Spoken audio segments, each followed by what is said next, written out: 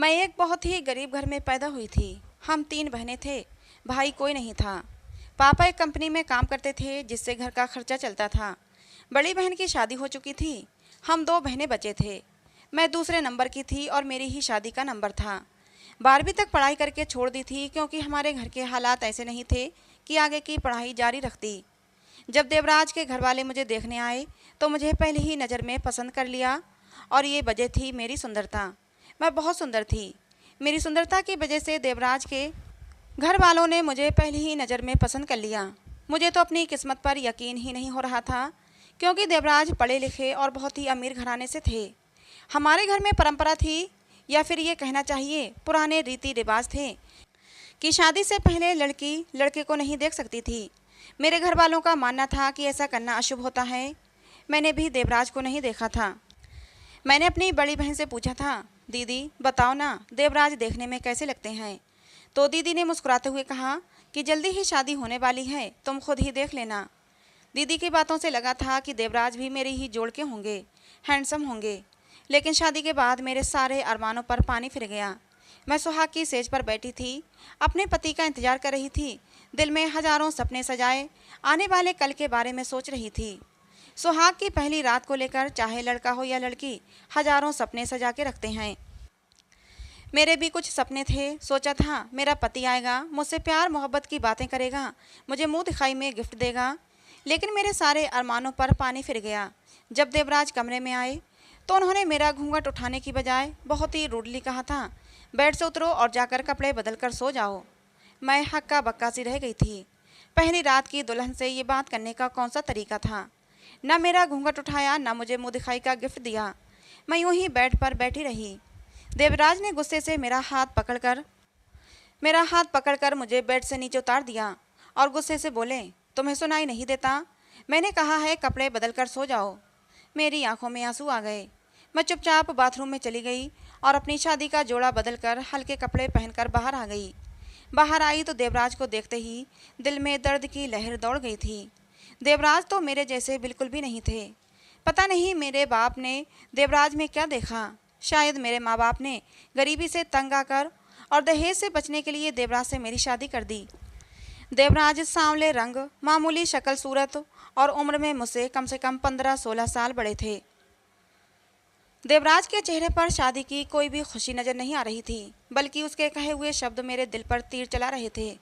मुझे अपनी ससुराल में किसी से भी कोई शिकवा नहीं था, सिर्फ अपने माँ बाप से था। अगर वो मेरी मर्जी को अहमियत नहीं देना चाहते थे तो कोई बात नहीं, मगर जो रिश्ता उन्होंने अपनी मर्जी से किया था, कम से कम वो रिश्ता तो मेरे बराबर का देख लेते।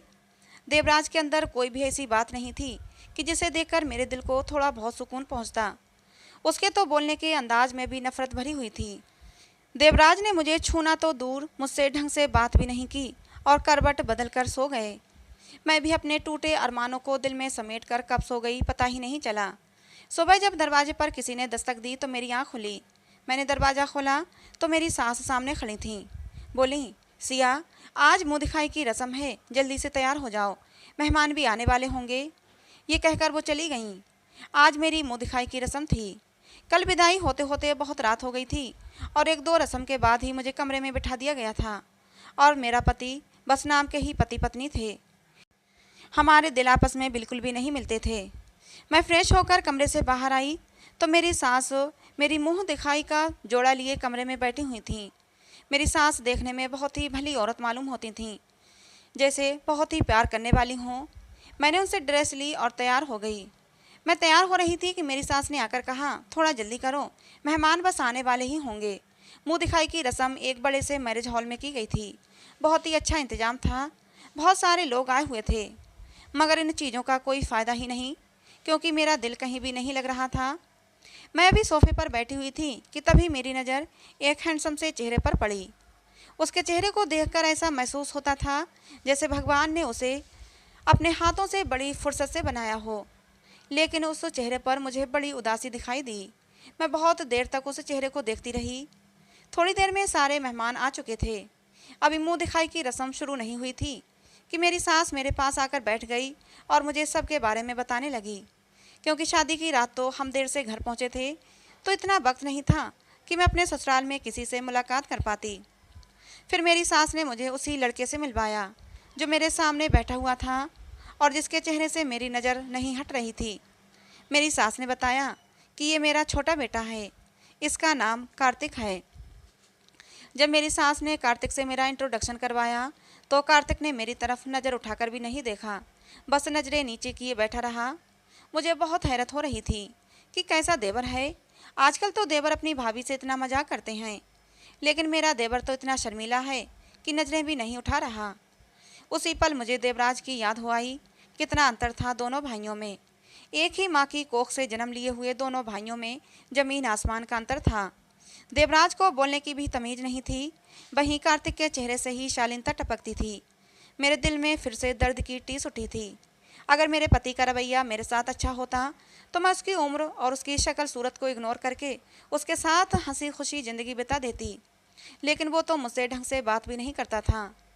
शायद देवराज की और मेरी सोच इसलिए भी नहीं मिलती थी क्योंकि मेरी और उसकी उम्र में बहुत फ़र्क था। मुंह दिखाई की रस्म ख़त्म हुई और हम घर वापस आ गए। मैं बहुत ज़्यादा थक गई थी, इसलिए जल्दी से कपड़े बदले और एक बहुत ही सुंदर सा सूट पहन लिया। मैं नई नवेली दुल्हन थी। इन दिनों में तो सभी लड़कियों को सजने संवरने का बहुत शौक होता है। देवराज जब कमरे में आए और जैसे ही मुझ पर नज़र पड़ी, मैं तो समझ रही थी कि देवराज यही कहेंगे कि बहुत सुंदर लग रही हो, मगर मुझे देखते ही गुस्से से बोले, ये क्या पहन रखा है तुमने, अभी चेंज करो। चमक दमक वाले कपड़े मुझे बिल्कुल भी पसंद नहीं। ये सूट मेरी माँ ने मुझे बड़े प्यार से दिया था। देवराज के कहने पर मैंने वो सूट उतार दिया। आंखों में आंसू लेकर कब सो गई पता ही नहीं चला। मेरी शादी को 1 महीना गुजर चुका था। मैंने किचन का सारा काम संभाल लिया था। मेरे ससुराल में सब लोग बहुत अच्छे थे, लेकिन मेरे देवर कार्तिक की तो बात ही अलग थी। पता नहीं क्यों उसे देखते ही बस उसे ही देखते रहने का मन करता। कभी कभी तो जी चाहता कि रिश्तों की सारी जंजीरें टूट जाएं और वो मेरा हो जाए, और कभी कभी अपने ख्याल पर ही मुझे हंसी आ जाती और फिर से अपने कामों पर लग जाती। मेरी किस्मत में जो लिखा था वो मुझे मिल चुका था। मैं भला अब कार्तिक के बारे में कैसे सोच सकती थी। जिंदगी इसी तरह गुजर रही थी, टूटे हुए अरमानों की तरह। कार्तिक सुबह सुबह भगवान की पूजा करता था। सुबह सुबह जब कार्तिक भगवान की आरती करता तो दिल को बहुत सुकून मिलता था, लेकिन कार्तिक अब भी मुझसे नज़रें नहीं मिलाता था। जब भी बात करता तो नज़रें नीचे ही रखता। पता नहीं इतना शर्मीला क्यों था। कभी कभी मैं सोचती, भला ये कैसे मुमकिन है कि एक इंसान में इतनी सारी खूबियाँ मौजूद हों। हर रोज़ कार्तिक की एक ऐसी आदत मेरे सामने आती कि उसके लिए मेरे दिल में इज्जत और प्यार और भी ज़्यादा बढ़ जाता, और वहीं देवराज मेरा पति ऐसी ऐसी हरकतें कर देता जिससे मैं उससे और भी ज़्यादा दूर हो जाती। एक दिन देवराज ने मुझसे कहा कि मेरा नाइट सूट ला दो। कमरे में टीवी का शोर बहुत था, इसलिए मैंने देवराज की बात नहीं सुनी। उसने दूसरी बार मुझे कहा, तब भी मुझे सुनाई नहीं दिया। देवराज ने मुझे फिर इतने गुस्से में बुलाया कि जो शोर कमरे में था वो भी कम लगने लगा। देवराज की चीख सुनकर मेरी आंखों में आंसू आ गए। कोई अपनी नई नवेली दुल्हन से ऐसे कैसे बात कर सकता है। देवराज ने गुस्से से मुझसे कहा कि तुम्हें कान वाले डॉक्टर को दिखाना चाहिए। देवराज छोटी सी बात को भी इतना बढ़ा दिया करते थे कि मैं चाहकर भी देवराज के करीब नहीं रहना चाहती थी। मेरे दिल में धीरे धीरे कार्तिक की मोहब्बत जगा ले रही थी। मुझे नहीं पता इस मोहब्बत का क्या अंजाम था। मुझे कुछ भी समझ में नहीं आ रहा था कि ये क्या हो रहा है। मुझे जब भी मौका मिलता मैं कार्तिक को देखती रहती। कभी कभी मैं कार्तिक के कमरे में चली जाती। जब मैं पहली बार कार्तिक के कमरे में गई थी तो मैं ये देखकर हैरान थी कि कार्तिक के कमरे में छोटा सा मंदिर है, और जब भी मैं कार्तिक के कमरे में जाती तो वो मुझे ज़्यादातर मंदिर में भगवान जी के सामने हाथ जोड़े खड़ा मिलता था। पता नहीं भगवान से ऐसी कौन सी चीज़ मांगा करता था। उसके चेहरे को देखकर ऐसा लगता था जैसे वो कोई चीज़ बहुत ही दिल से मांग रहा हो, और शायद उसे विश्वास हो कि भगवान उसकी ज़रूर सुनेंगे। मैंने कार्तिक को आज तक हंसते हुए नहीं देखा था। जब भी देखा उदास ही देखा। मुझे कार्तिक के बारे में जानने का शौक़ था कि भला कार्तिक इतना उदास क्यों रहता है। कभी कभी अपनी किस्मत पर बड़ा रोना आता कि जब मेरी शादी इसी घर में होनी थी तो फिर कार्तिक से क्यों नहीं। मैं अपने दिल के बदलते जज्बातों से खुद हैरान थी कि क्यों मेरा दिल कार्तिक की तरफ खींचता रहता है। शायद इसकी एक बड़ी वजह यह थी कि मेरा पति देवराज मुझसे प्यार नहीं करता था। हर वक्त तो मुझसे दूर रहता। शादी को 2 महीने हो चुके थे, लेकिन देवराज ने मुझे प्यार करना तो दूर मुझसे सीधे मुंह बात भी नहीं की थी। कभी कभी दिल करता कि देवराज को सामने बिठाकर पूछूं कि तुमने मुझसे शादी ही क्यों की थी, जब मुझे पत्नी का हक नहीं दे सकते। लेकिन फिर मैं खामोश हो जाती, क्योंकि मुझे पता था देवराज का यही जवाब होगा कि अगर तुम्हें मेरे साथ नहीं रहना तो चली जाओ, क्योंकि देवराज को मुझ में बिल्कुल भी दिलचस्पी नहीं थी। एक दिन देवराज ने मुझसे चाय के लिए कहा, गलती से चीनी डालना भूल गई। जैसे ही देवराज ने चाय का एक सिप लिया तो गुस्से से चाय मेरी तरफ फेंक दी, और जैसे ही गरम गरम चाय मेरे पैरों पर आकर गिरी, मैं दर्द से तड़प उठी। देवराज उठकर मेरे पास आए और मुझे चोटी से पकड़ते हुए गुस्से से बोले, तुम्हें चाय बनाना भी नहीं आती, बेवकूफ़ औरत, तुम्हें अपने पति की सेवा करनी भी नहीं आती। मैं हैरत से देवराज का मुंह देखने लगी। कितना जालिम इंसान है ये। मैं तो देवराज को खुश करने की हर मुमकिन कोशिश करती थी, लेकिन देवराज ने मेरी एक छोटी सी गलती पर पीछे के किए कराए सब पर पानी फेर दिया था। मैं रोती हुई कमरे से बाहर निकल आई। तभी सामने ही मुझे कार्तिक नजर आ गया। मेरी आंखों में आंसू देखकर वो शायद मुझसे मेरे रोने की वजह पूछना चाहता था, लेकिन वो खामोश रहा। उसने मुझसे कुछ नहीं पूछा। हालांकि मैं चाहती थी कि वो मुझसे पूछे और मैं अपना सारा दुख दर्द उसके सामने खोलकर रख दूं, लेकिन उसने कुछ नहीं बोला। मैं चुपचाप आंसू पोंछती हुई किचन में आ गई और अपने जले हुए पैर पर नारियल तेल लगा लिया। दिन धीरे धीरे यूं ही बीत रहे थे। अब तो ये हाल था कि अगर मैं खाना बनाती तब भी मुझे कार्तिक की पसंद का ही ख्याल होता, उसी की पसंद का खाना बनाती। मुझे पता था कि मैं गलत कर रही हूँ, लेकिन मैं क्या करती। सब कुछ मेरे बस में नहीं था, सब कुछ खुद ब खुद हो रहा था। देवराज पूरा दिन काम के सिलसिले में बाहर होता, रात को घर आता, हर वक्त गुस्से में रहता, छोटी छोटी बातों पर चीखता चिल्लाता, कभी कभी तो मेरे ऊपर हाथ भी उठा देता। मैं शुरू से ही कोशिश करती थी कि मैं इस रिश्ते को निभाऊं, मगर मेरी सारी कोशिशें नाकाम हो चुकी थीं। मैं दिल से इस रिश्ते को निभाना चाहती थी, क्योंकि मैं अपने घर जाकर ये नहीं कह सकती थी कि मुझे देवराज के साथ नहीं रहना, क्योंकि अभी मेरी छोटी बहन भी मौजूद थी और मेरे माँ बाप को उसकी भी शादी करनी थी। हम गरीब लोग थे, मेरी शादी ही इतनी मुश्किल से हुई थी, फिर भला मैं कैसे कह देती कि मुझे देवराज के साथ नहीं रहना। लेकिन देवराज के बुरे बर्ताव ने मेरे दिल में दरार डाल दी थी और फिर मैंने कोशिश करना ही बंद कर दी। कार्तिक पढ़ाई पूरी कर चुका था और सरकारी नौकरी के चक्कर में इधर उधर हाथ पैर मार रहा था। इसी चक्कर में कार्तिक का ज़्यादा समय घर पर ही गुजरता था। मैं बस सारा दिन कार्तिक को नज़र भर के देखती रहती, मौका पाकर उसके साथ बोलने की कोशिश भी करती। वो मेरी बातों का जवाब बस हूँ हाँ में ही देता। उसकी बातों से लगता था कि जैसे वो मेरा बहुत सम्मान करता है।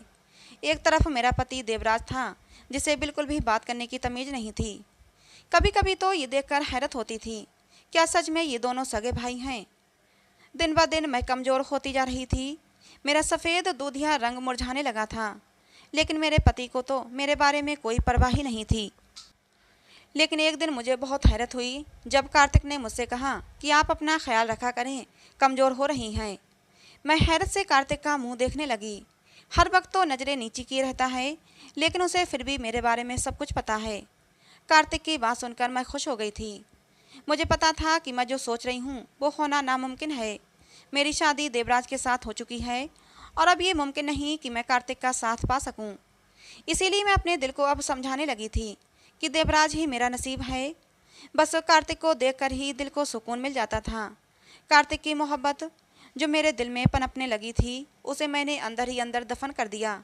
मैंने सोचा उस रास्ते ही क्यों चलना जिसकी कोई मंजिल ना हो। अब मैं कार्तिक को अपने एक दोस्त के रूप में देखने लगी थी।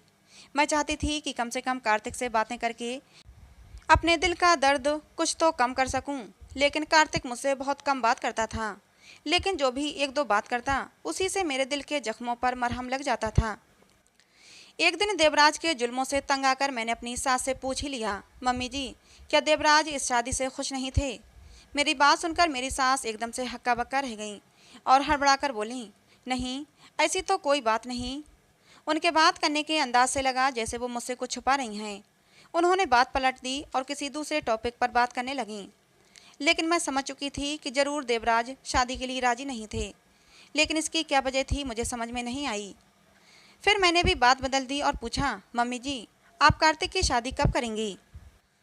मेरी बात सुनकर मेरी सास ने कहा, मैं कार्तिक की शादी नहीं करूँगी।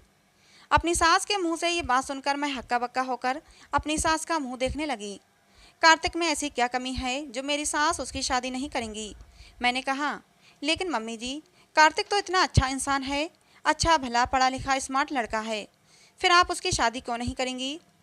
मेरी बात सुनकर मेरी सास ने कहा, जरूरी नहीं है हर बात की वजह सबको बताई जाए। कार्तिक नहीं चाहता शादी करना, इसीलिए मैंने भी उस पर दबाव नहीं डाला है, बस इसके अलावा कोई और बात नहीं।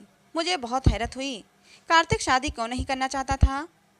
उसके बाद मेरी सास ने कोई बात नहीं की और अपने कामों में लग गईं। मैं भी उठकर घर के कामों में बिजी हो गई। लेकिन एक बात पर मुझे बहुत हैरत होती थी, और वो ये थी कि जब भी मैं कार्तिक के कमरे में जाती तो कार्तिक भगवान जी के सामने खड़े होकर हाथ जोड़कर पता नहीं मन ही मन में क्या मांग रहा होता था। उसके मांगने के अंदाज से ऐसा लगता था जैसे वो बहुत ही कीमती चीज़ अपने भगवान से मांग रहा हो। मुझे बहुत हैरत होती थी और मैं जानना चाहती थी कि कार्तिक हर वक्त भगवान जी के सामने हाथ जोड़े क्यों खड़ा रहता है, क्योंकि आजकल के लड़कों को तो पूजा पाठ में इतनी दिलचस्पी नहीं होती। एक दिन मैंने सोचा कि छुपकर कार्तिक पर नज़र रखना चाहिए, कहीं ऐसा तो नहीं कि कार्तिक सिर्फ मुझे दिखाने के लिए इतनी पूजा पाठ करता है।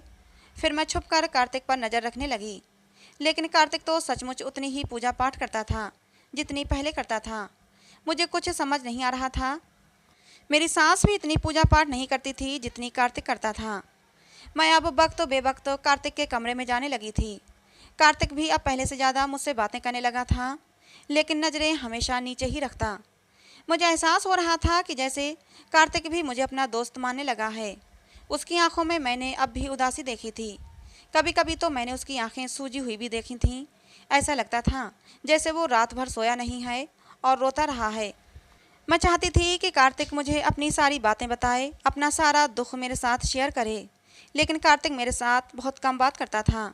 मगर मैंने सोच लिया था कि कार्तिक के बारे में सब कुछ जानकर रहूँगी, और ये भी जानना चाहती थी कि कार्तिक शादी के लिए क्यों मना कर रहा है। मैंने अपनी सास से कहा कि मम्मी जी, मुझे अपने माँ बाप की याद आ रही है, इसलिए मैं अपने माँ बाप के पास जा रही हूँ। बहुत दिनों से नहीं गई, उनकी याद आ रही है। मेरा पति देवराज काम के सिलसिले में शहर से बाहर गया हुआ था और मैं इस बात का फ़ायदा उठाना चाहती थी। मैंने कहा कि मैं 6-7 दिन में आ जाऊंगी। फिर मैंने अपना सामान पैक किया और टैक्सी से अपनी माँ के घर चली आई। लेकिन मैं वहाँ पूरा दिन रुककर शाम को ही अपनी ससुराल वापस आ गई। उस वक्त तक घर का गेट खुला होता था, इसलिए मैं चुपके से अंदर आ गई। मुझे अंदर आते हुए किसी ने नहीं देखा था। मैं दबे पाँव चलती हुई कार्तिक के कमरे में आ गई और छुप कर बैठ गई। मैंने सोच लिया था कि अगर घर के अंदर आते हुए मुझे किसी ने देख लिया तो मैं कह दूंगी कि माँ के घर मेरा मन नहीं लगा, इसलिए जल्दी आ गई। जब मैं कार्तिक के कमरे में गई तो उस समय कार्तिक कमरे में नहीं आया था। मैंने इस बात का फ़ायदा उठाया और कमरे की तलाशी लेने लगी। तभी मुझे लगा कि कोई कमरे में आ रहा है। मैं फ़ौरन छुप गई।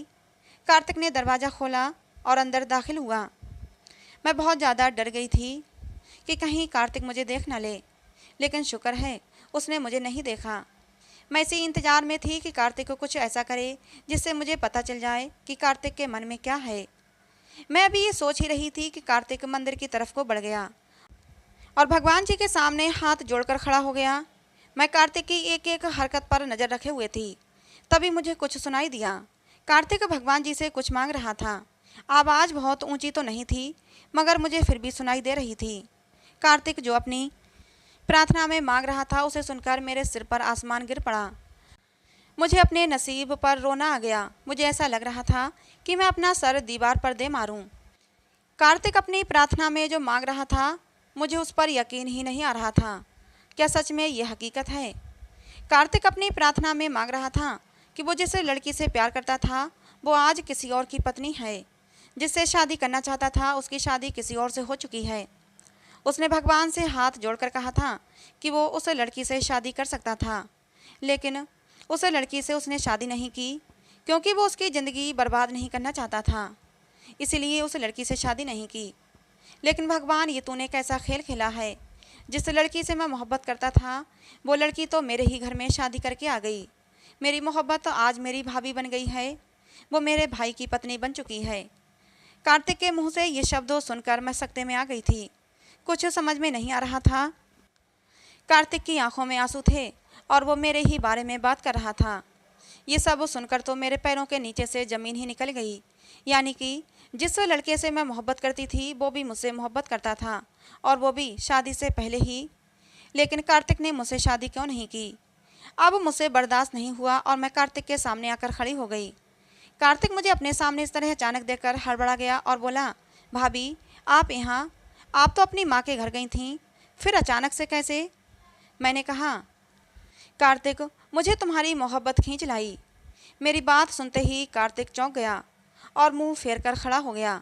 बोला, भाभी अब इन बातों का कोई मतलब नहीं, अब आप मेरी भाभी हैं, मेरे बड़े भाई की पत्नी। मैंने कार्तिक को अपनी तरफ घुमाया और कहा, नहीं कार्तिक, भले ही मैं तुम्हारे भाई की पत्नी हूँ, लेकिन तुम्हारे भाई ने मुझे नहीं अपनाया है। पता नहीं उसने मुझसे शादी क्यों की थी। मैंने जब से तुम्हें देखा है दिल में यही इच्छा होती थी कि तुम्हारे जैसा पति मुझे मिला होता। लेकिन अब जानकर मुझे हैरत भी है और खुशी भी कि तुम भी मुझसे मोहब्बत करते हो। लेकिन मुझे एक बात जाननी है कार्तिक, जब तुम्हें मुझसे मोहब्बत थी तो तुमने मुझसे शादी क्यों नहीं की? मैं तुम्हारी ज़िंदगी बर्बाद नहीं करना चाहता था, क्योंकि मैं तुम्हारे काबिल नहीं हूँ। कार्तिक ने अपनी सच्चाई बताई कि मैंने तुम्हें एक शादी में देखा था और उसी वक्त तो मुझे तुमसे मोहब्बत हो गई थी। मैंने अपने घर में अपनी माँ को बताया था कि मैं एक लड़की से मोहब्बत करता हूँ और उसी से शादी करना चाहता हूँ, कि तभी अचानक मेरी तबीयत ख़राब रहने लगी। डॉक्टर को दिखाया तो डॉक्टर ने ऑपरेशन बोला था, लेकिन इस ऑपरेशन के बाद मैं कभी भी बाप नहीं बन सकता था। मेरी जान बचाने के लिए ऑपरेशन करना बहुत ज़रूरी था। ऑपरेशन हो गया, मेरी ज़िंदगी भी बच गई, लेकिन मेरा सब कुछ ख़त्म हो चुका था, क्योंकि मैं बाप नहीं बन सकता था। और ऐसे हाल में मैं तुमसे शादी करके तुम्हारी ज़िंदगी बर्बाद नहीं करना चाहता था। इसीलिए मैंने सोचा कि अपनी मोहब्बत को दिल में ही दफन कर लूँगा और तुम्हें कभी नहीं बताऊँगा। लेकिन शायद भगवान को न जाने क्या मंजूर था कि उन्होंने उसी लड़की को मेरे घर में मेरी भाभी बनाकर भेज दिया, जिससे मैं बेपनाह मोहब्बत करता था। अब रोज़ अपनी आंखों के सामने उसे देखता हूँ और रोज़ भगवान से दुआ करता हूँ कि भगवान मुझे इतनी हिम्मत दे, इतनी शक्ति दे कि मैं अपने दिल से तुम्हारी मोहब्बत निकाल सकूँ। लेकिन तुम्हारी मोहब्बत मेरे दिल से निकलती ही नहीं। रोज़ भगवान से यही दुआ मांगता हूँ, लेकिन जब तुम्हें देखता हूँ तो मेरी मोहब्बत बढ़ती जाती है। मैं क्या करूँ? मैं अपने दिल के हाथों मजबूर हूँ। मुझे बस इतना पता है कि मैं तुमसे ही मोहब्बत करता हूँ। कार्तिक के मुंह से इतना सुनना था कि मैं एकदम कार्तिक से लिपट गई, लेकिन कार्तिक ने मुझे झटके से दूर हटा दिया और कहा, नहीं सिया, ये गलत है, तुम अब मेरी नहीं बल्कि भाई की अमानत हो। मैंने कार्तिक से कहा, लेकिन तुम्हारा भाई मुझसे मोहब्बत नहीं करता। पता नहीं क्यों वो मुझ पर जुल्म करता है, मुझसे दूर दूर रहता है। आज तक देवराज ने मुझे पत्नी होने का हक नहीं दिया। और फिर कार्तिक ने देवराज की सच्चाई भी बताई। उसने बताया कि देवराज किसी लड़की से मोहब्बत करता था, वो लड़की भी देवराज से मोहब्बत करती थी। लेकिन जब देवराज ने शादी की बात की तो उस लड़की का असली चेहरा सामने आ गया। वो एक लालची लड़की थी और देवराज के रंग रूप की वजह से उस लड़की ने देवराज को ठुकरा दिया और किसी दूसरे लड़के से शादी कर ली।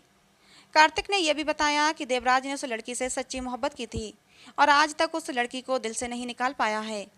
वो आज भी शायद उसी लड़की से प्यार करता है। तो शायद यही वजह है कि आज तक देवराज ने मुझे नहीं अपनाया है। मैंने फैसला कर लिया था कि मैं अब देवराज के साथ नहीं रहूँगी।